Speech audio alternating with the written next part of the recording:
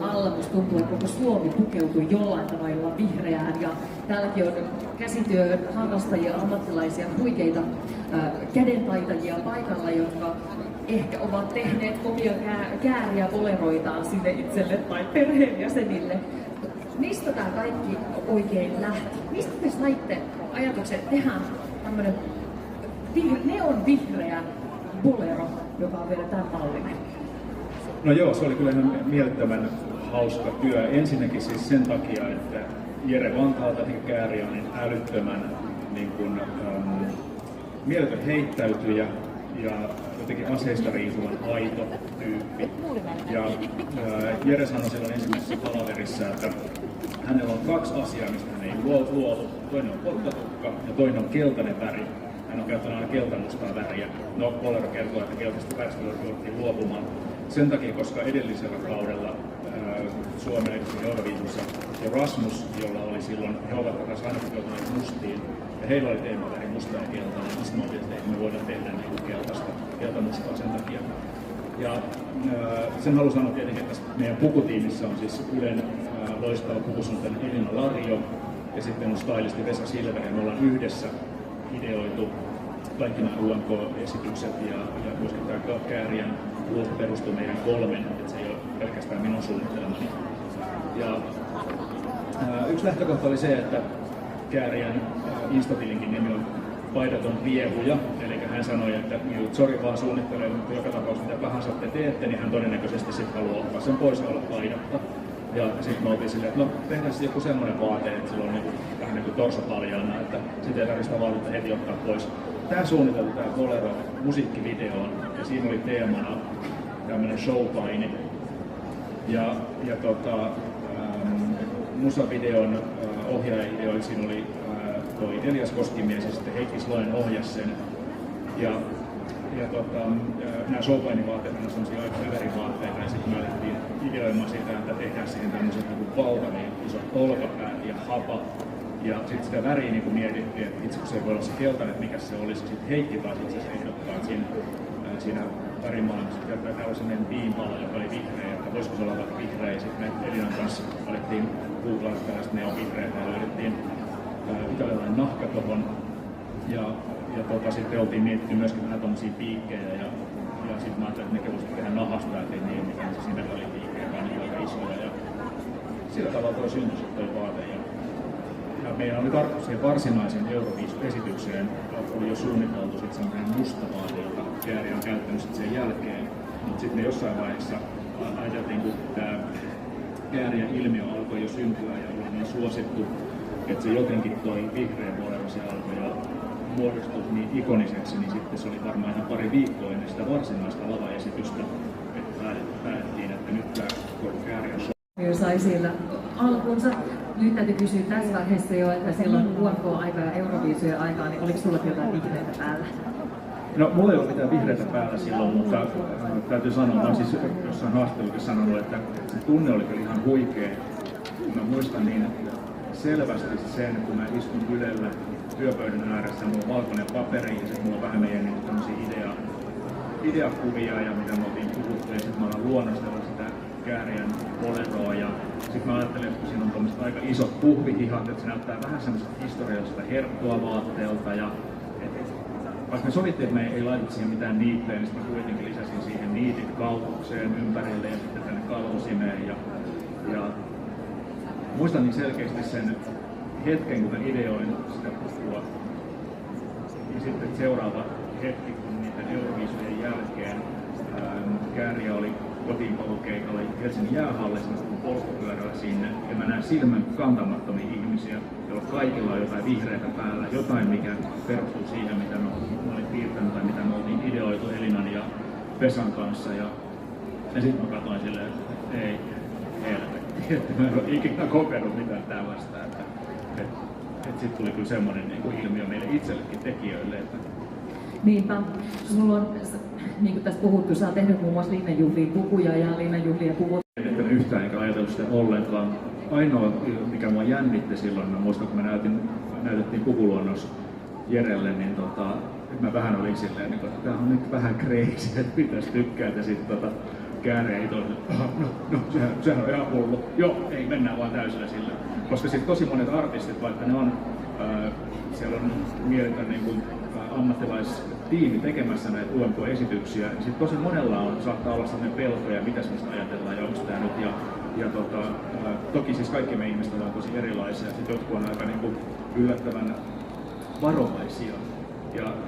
Se on tosi hauskaa, että melkein kaikki artistit, niin niillä on sellainen, että joo hei, mä haluaisin jotain mustaa nahkaa ja sitten haluaisin pyroja. Ja sitten mä oon sille, että no eihän me voi olla niinku, kaikki esitykset, se on 3 minuuttia, kun pitää tehdä vaikutus ja olla tosi mieleenpainuva ja omanlaisensa.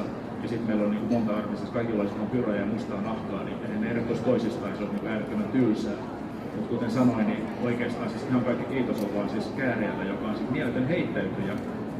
Ja oli tosi vastaanottavainen kaikesta sitä, eikä puhunut pelkästään niin kuin vaatteista, vaan myöskin niin kuin kaikista ideoista ja tanssioista ja koreografioista, ja se on monikameraohjaajat ja kaikki, niin, jotka on mukana tässä niin kuin show-tiimissä, niin oikeasti se avoimuus ja heittäytyminen, se näkyy ihan kaikessa tässä ilmiössä, ja mun mielestä on niin siinä ytimessä.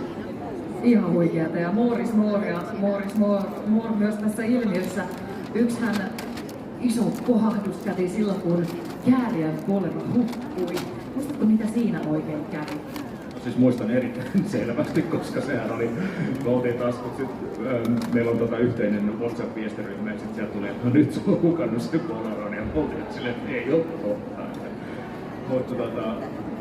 Mutta siis yllättävän monet on niinku epäillyt, että on jotenkin niinku järjestetty mediatemppu. Ja mä niin, että totta kai me oltaisiin järjestetty tämmöinen mediatemppu, jos olisi tullut mieleenkään. Että ensinnäkin siis valtakunnan media Helsingin Sanomat lähtee uutisoimaan siitä, että joku Bolero on pudonnut auton kyydistä. Ja sitten ne vielä uutisoi siitä, että nyt se on löytynyt.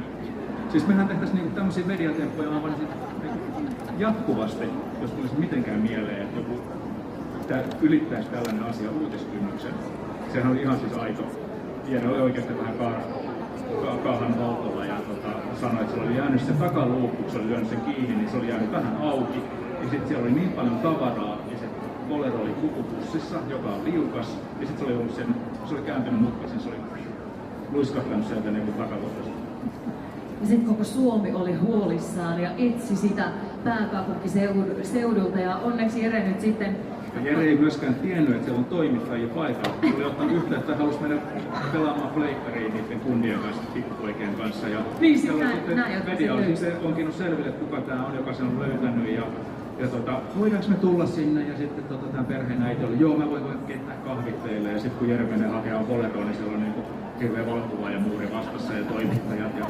Ja tämmöistä laskelmoitua median näkyvyyttä, siis kaikki ihan niin sattumanvaraista. Siellä oli siis suurimmat suomalaiset mediatalot pitämässä jopa live-lähetystä sieltä paikan päältä, kun puku luovutettiin sitten, ja oliko siellä nyt sitten vihreät Kääriän hiukan österän kuin näille pienillekin. Aivan mieletön mediamyllytys, ja kyllä mä muistan seuranneeni kanssa sitä mediashowta vähän epäuskoisena, mutta kuitenkin aika huolissaan, ja siellä tsemppitemppuja näyttää, että toivottavasti löydätte pääkaupunkiseudulta tuon puvun, ja sitten se huojennus, kun se löytyikin. Varmaan moni voi samaistua tähän tunneskaalaan, jonka silloin keväällä. Joo, kyllä. Meillä on itse asiassa se Bolero, joka katosi silloin, se oli ihan se aito alkuperäinen. Eli me tehtiin ensimmäinen Bolero siihen musiikkivideoon. Siinä oli itse asiassa hopeiset niitit kaulassa ja rannekeissa, mutta ne sitten irrotettiin siitä, värjättiin mustaksi, maalattiin mustaksi ja sitten kiinnitettiin takaisin. Ja sitten sitten se sama Bolero oli sitten siinä UMK-esityksessä. Mutta sitten kun Kääriä lähti Euroviisuihin, niin sitten me tehtiin siitä toinen versio, koska se oli jo sitten sen verran kulunut ja ollut käytössä. Nyt kun Kääriä lähti Euroopan kiertoille, niin sitten tehtiin kolmas. Eli niitä vihreitä, meillä on just sen verran sitä nahkaa vielä jäljellä, eli niitä Boleroita on itse asiassa 3 kappaletta. On se ihan ensimmäinen alkuperäinen kaiku tuossa. Ja tämä, joka on täällä näytillä, niin tämä on Ylen pukuvarastosta, ja tämä on se, joka on ollut siellä Liverpoolissa Eurovision laulukilpailussa, ja tämä jää niin kuin sinne Ylen arkistoihin, että Kääriä omistaa sen ihan alkuperäisen ensimmäisen, ja nyt sillä on sitten 3 kappale käytössä siellä elokuvakilpailulla.